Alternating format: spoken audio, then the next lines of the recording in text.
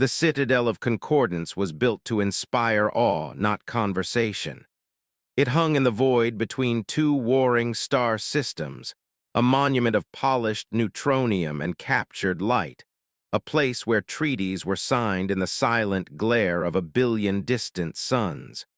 But on that particular cycle, awe had given way to arrogance. The Grand Conclave was in a recess, and the delegates, beings of staggering biological diversity, had gathered in the Solaris Chamber, a vast amphitheater where the ceiling was a living star map.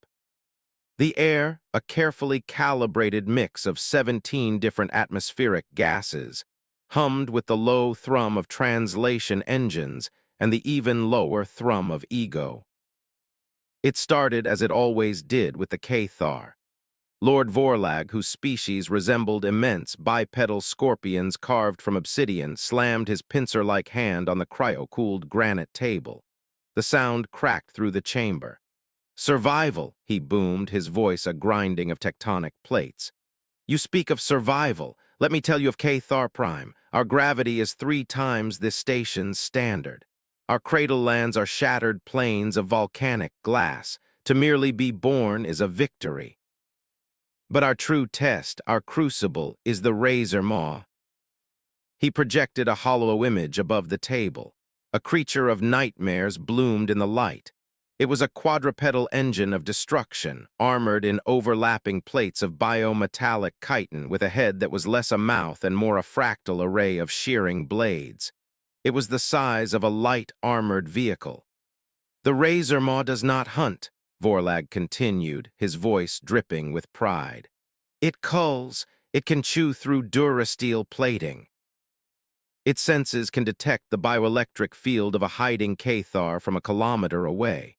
We do not hide. We do not run. We meet it on the glass plains. We shatter our 4 claws against its armor, and it shatters its fangs on ours. Every Cathar warrior here has faced the razor maw and wears the scars as proof of their right to exist. We survived our world's apex predator by becoming stronger than steel." A ripple of impressed murmurs went through the assembled delegates. It was a potent, visceral display of evolutionary might. Then Shyla, the luminary matriarch, glided forward. Her form was tall and slender, almost ethereal, her skin shimmering with a soft, internal bioluminescence. Her people, the Luminians, were psionics from a jungle moon shrouded in perpetual twilight. "Brute force is admirable, Lord Vorlag, but crude," she said, her voice a chorus of soft, melodic chimes that echoed directly in the minds of all present. "Our predators were not so simple. On Lumina, we contended with the chronomite." The hollow image shifted. This creature was far less imposing. It looked like a large, multi-limbed insect made of crystal and shadow. "The chronomite does not possess claws or armor," Shyla explained. "It possesses something far deadlier. It manipulates localized time. It can create micro-pockets of accelerated or decelerated time. An ambush is not a matter of speed, but of temporal displacement. You will see it lunge, and then you are already dead, your heart pierced an hour ago. You will step onto what you perceive to be solid ground, only to find you are falling into a pit that existed 10 seconds in the future. To survive the chronomite is to learn to perceive reality not as it is, but as it was, and as it will be. We did not fight our predator. We outthought it. We learned to expand our psionic consciousness to sense the ripples in causality it left behind. Our survival is a testament to the superiority of the mind over mere matter." The awe in the room deepened, from a war of physics to a war of metaphysics. The stakes of this casual bragging contest were escalating. One by one, others joined. The Grawl, a silicon-based life form, spoke of the magma worms of their molten homeworld, creatures of living lava they had to learn to coexist with, their very bodies evolving to withstand impossible temperatures. A delegate from a gas giant described the atmospheric predators that swam through 1,000-kilometer-deep hydrogen oceans, hunting by sensing the faint vibrations of a floating city. Each story was a monument to resilience. Each species had been forged in the crucible of a deathworld, facing a nightmare that had honed them into the galactic power they were today. And throughout it all, one delegate had remained silent. She sat at a small, unassuming table, almost an afterthought in the Grand Chamber. Ambassador Evelyn Reed of the Terran Confederacy. Humanity. The newcomers. The soft, fragile bipedal mammals from a ridiculously placid Class M world. A garden world, the Cathar had once called it with open contempt. A world without planetary-scale predators, without psionic horrors, without a crushing environment that demanded evolutionary greatness. Humans were seen as adaptable, clever, and pathologically stubborn, but they were not survivors in the epic, galactic sense. They were the galactic equivalent of a pampered child who'd had it too easy. Lord Vorlag, in a moment of magnanimous condescension, turned his immense form toward her. The room fell quiet. It was time for the final and most likely pathetic part of the show. Ambassador Reed, Vorlag rumbled, a hint of amusement in his voice.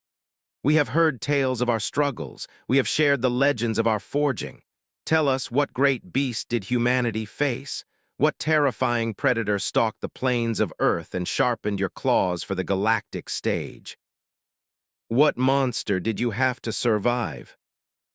Ambassador Reed, a woman in her middle years with lines of thought etched around her eyes and streaks of gray in her dark hair, looked up.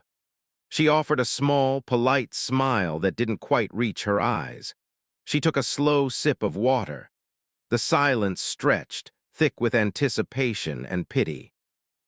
Then she placed the glass down with a soft click that seemed to echo in the vast chamber. She looked from the Cathar to the Luminian, her gaze sweeping over beings who could shatter mountains and beings who could bend time. And in a quiet, conversational tone that cut through the silence more effectively than any shout, she said, "Oh, our predators, we domesticated ours." The statement hung in the air, a perfect sphere of confusion. It was so utterly out of context, so bizarrely mundane that for a long moment no one knew how to react. The translation engine's word checking and rechecking the phrase. Domesticated. It was a word one used for beasts of burden, for food animals, for pets. The luminary matriarch was the first to break the silence, her psionic voice laced with gentle confusion. Ambassador, I believe the translator may have malfunctioned. The concept is to tame, to make docile. A low chuckle like rocks grinding together came from Lord Vorlag. She means they made their fearsome predators into, what is the Terran word, puppies? He boomed with laughter, the sound shaking the very table. Several other delegates joined in, a cacophony of snorts, clicks, and hisses. The story would be told for cycles. The fragile humans, when asked of the monsters they survived, spoke of how straining them. It was the ultimate confirmation of their weakness, their naivete. They hadn't survived a crucible. They had tidied it up and put a leash on it. Ambassador Reed waited patiently for the laughter to subside. Her smile never wavered. When the chamber was quiet once more, she leaned forward, her expression shifting from polite to something else entirely. It was the look of a teacher about to explain a complex and deeply unsettling lesson to a class of unruly children. No, matriarch, the translation was perfectly accurate, she began, her voice still quiet, yet now it commanded the attention of every being in the room. But I can see you misunderstand the definition of domestication as humanity practices it. You see, when a Cathar faces a razor maw, it is a battle of strength against strength. When a Luminian faces a chronomite, it is a battle of mind against mind. It is a symmetrical conflict. You survived your predator by becoming a better version of it. You became stronger, tougher, smarter, but you are still playing the same game. She gestured to the hollow image of the razor maw. You did not change the nature of this beast. You simply learned to endure it. If you were to vanish today, the razor maw would continue to be a razor maw. It would continue to cull Cathar. Your relationship is one of eternal, violent opposition. Humanity, we don't play the same game. When we encounter a force, we don't just oppose it. We seek to understand it, to deconstruct it, and then to subvert its very purpose and make it our own. She cleared her throat. Let's start with what you might call our lesser predators. On our world, we had large, predatory felines and canids, fast, powerful, armed with claws and teeth. In your terms, they would be rudimentary threats. But we did not seek to become faster or stronger than them. That would be inefficient. Instead, we began a process that spanned thousands of years. We didn't just tame them, we rewrote them. We took the canid, a pack hunter. We took its loyalty, its sense of smell that was 1,000 times more sensitive than our own, its stamina, and its innate understanding of hierarchy. And we didn't just make it a companion. We took the very essence of its predatory nature and we repurposed it. The descendant of our ancient wolf doesn't just sit by our fires. We have breeds that can sniff out specific human cancers with 99% accuracy. We have breeds whose biosignatures are linked to our soldiers, who can track a single enemy combatant across 100 kilometers of hostile terrain, relaying tactical data in real time. We have canids that can detect the minute atmospheric pressure changes of a cloaking field activating. We didn't kill the predator. We took its soul and made it a tool. A disquieted silence began to fall. The laughter was long gone, replaced by a focused, unnerving stillness. We did the same with the felids, she continued, her voice level. Creatures of stealth and lethal patience. We didn't need to be stealthier than them. We harnessed their stealth. Our deep cover infiltration agents don't use sound dampeners. They are sometimes accompanied by genetically sculpted felids whose paws are anatomically designed to make no sound, whose fur absorbs light, and whose eyes can see in 4 different spectrums. They are living, breathing, purring sensor arrays that can map out a facility without a single electronic emission. You see, you look at a creature and see a threat to be fought. We look at a creature and see a collection of useful biological traits to be catalogued, isolated, and integrated. Lord Vorlag's mandibles clicked softly. You altered them. You performed genetic engineering. Genetic engineering is the crude term for it, Reed corrected gently. It's more akin to biological artistry. We don't just add or subtract. We sculpt with DNA as our clay. We took the raw, violent marble of a predator and carved it into a masterpiece of utility. You brag about surviving your predators. In a very real sense, our predators no longer exist. We consumed them. We absorbed their strengths into our own collective and left behind a docile version for our children to play with. The fearsome beasts that once hunted our ancestors now sleep at the foot of our beds. That is the first level of human domestication. The room was cold now. The concept was beginning to land. This wasn't about taming. This was about a form of conquest so absolute, so total, that the enemy wasn't just defeated, it was assimilated. Its very identity was erased and overwritten with a new purpose dictated by its conqueror. But Ambassador Reed was not finished. But those were not our true predators, she said, her gaze hardening. The wolf and the tiger were threats to individuals. They were not threats to our species. Our most dangerous predator, the one that stalked us for millennia and brought us to the brink of extinction time and again, was far more insidious. It was not a creature of tooth and claw. Our greatest predator was starvation. It was scarcity. It was the barren field, the failed crop, the unforgiving winter. The luminary matriarch tilted her head. You speak of an environmental condition as a predator. Of course, Reed replied, as if it were the most obvious thing in the world. What is a predator truly?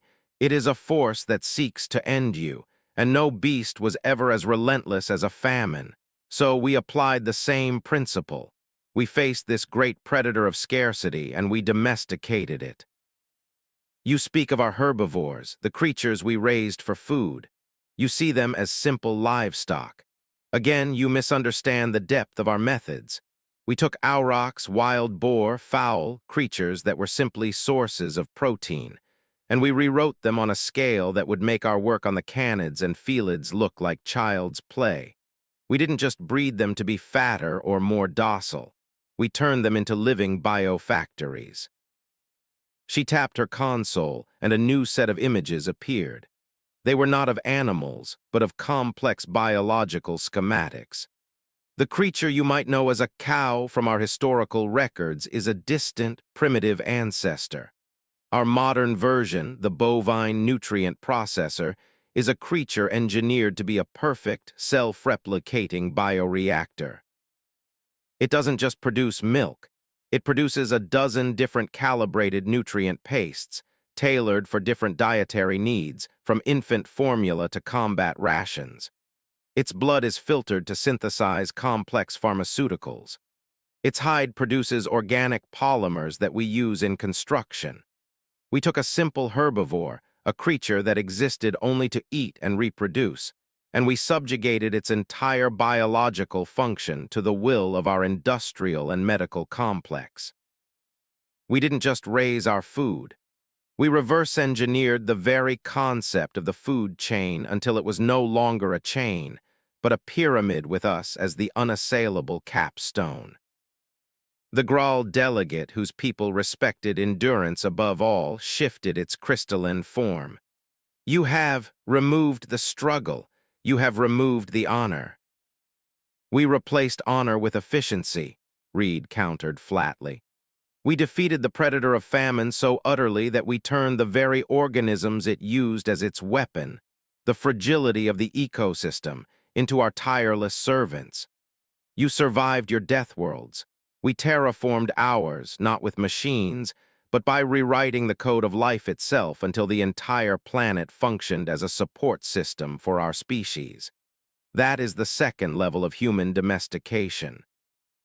The complete subjugation of an entire biosphere. A deep, profound horror was now settling over the chamber. The delegates were looking at this small, soft human not as a weakling, but as something alien and terrifying. Her species didn't just fight its enemies. It unmade them. It took their essence, twisted it, and used it to build its own throne. They weren't survivors. They were architects of a new kind of existence, one built on the deconstructed ruins of their world's natural order. Lord Vorlag, the proud Cathar warrior, finally found his voice, though it had lost its booming quality. It was lower, more cautious. So you faced beasts and remade them. You faced hunger and redesigned your world. You have answered every threat with this violation, this complete consumption. You have left no enemies. You have no true predators. A species with no predator grows decadent. It grows soft. It forgets the taste of fear. He leaned forward, his massive form looming. Tell me, Ambassador, what does a human truly fear? It was the question the entire room was thinking.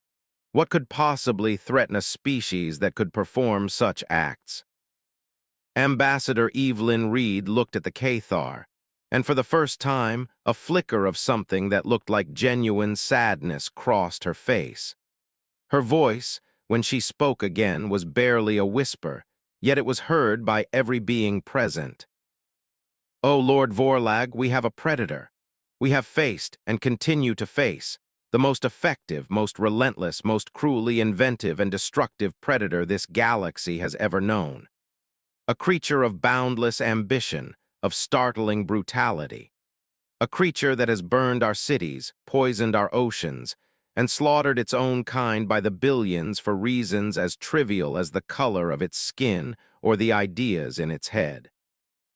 A predator that can conceptualize paradise and then build an engine to turn it to ash." The delegates stared, transfixed. A new hollow image flickered to life in their minds, a vision of a monster beyond comprehension, a cosmic horror that could make a razor maw seem like a household pest. Shyla, the luminary, psionically projected the question that burned in every mind. What is this creature? Where is this great enemy? We have never encountered such a species in all our scans of the galaxy. Ambassador Reed's sad smile returned. She slowly stood up, the lone, fragile human in a room of galactic titans. She looked at her own reflection in the polished black surface of the table. Our greatest predator, she said softly, is us. The silence that followed was not merely an absence of sound. It was a presence, a crushing weight of understanding that recontextualized everything they had just heard. All those things we did, Reed continued, her voice gaining a terrible strength. Rewriting the wolf, re-engineering the biosphere, they were not our greatest acts of domestication. They were practice. They were simple exercises to prepare us for the real challenge, taming the monster in our own DNA, the beast behind our own eyes. You speak of surviving Deathworlds. Our wars were our Deathworlds. Our hatreds, our greed, our capacity for self-destruction, that was our razor maw. Our ability to deceive, to manipulate, to betray, that was our chronomite. We were born on a garden world, and we spent 10,000 years turning it into a slaughterhouse. We were our own predator, and we were brutally, terrifyingly effective. So we had to do to ourselves what we did to the wolf. We had to domesticate the monster within. We call it civilization, we call it law, we call it morality. You see our diplomacy, our endless talking, our complex social structures, and you see weakness. You see a species that has to tie itself in knots to get anything done. You are wrong. You are looking at the cage. She gestured around the Solaris Chamber. Our laws are not guidelines. They are the adamantium bars we forged in the fires of our own genocides. Our philosophies are not idle thoughts. They are the sedatives and behavioral inhibitors we develop to keep the beast from slipping its leash. Our art and our music are not mere entertainment. They are the distractions we dangle in front of the monster to keep it occupied. Every single human being is born with the capacity to be the greatest monster this universe has ever seen. And we spend our entire lives, our entire culture, our entire civilization in a constant, desperate, and exhausting battle to keep that monster caged. We domesticated the predator in our own hearts. Mostly. She let that last word hang in the air. Mostly. In that one word, the delegates finally understood. Humanity wasn't weak because they lacked a predator. They were the most terrifyingly powerful species in the room because they were their own predator, and they had, through sheer, unimaginable effort, managed to partially tame it. They weren't underdogs. They were leashed gods. Their weakness, their history of violence and self-destruction, was the very thing that had forced them to develop their greatest strength. A system of control so profound it governed their every action. The galactic consortium, the treaties, the diplomacy, to the other races it was politics. To the humans it was life support. It was the extension of the cage they'd been building for millennia. They looked at Evelyn Reed, and they no longer saw a soft mammal from a garden world. They saw a zookeeper standing in front of a cage holding a beast of unimaginable fury, a beast that was also the zookeeper herself. And they realized the most fatal assumption anyone in the galaxy could ever make was to think that the cage was weak, or to forget, even for a second, what would happen if the leash were to ever, finally, break. The bragging was over. The lesson had just begun. The universe was far more dangerous than they had ever imagined, not because of the monsters in the dark, but because of the one species that had learned to bring its own darkness out into the light, give it a name, and teach it how to sit.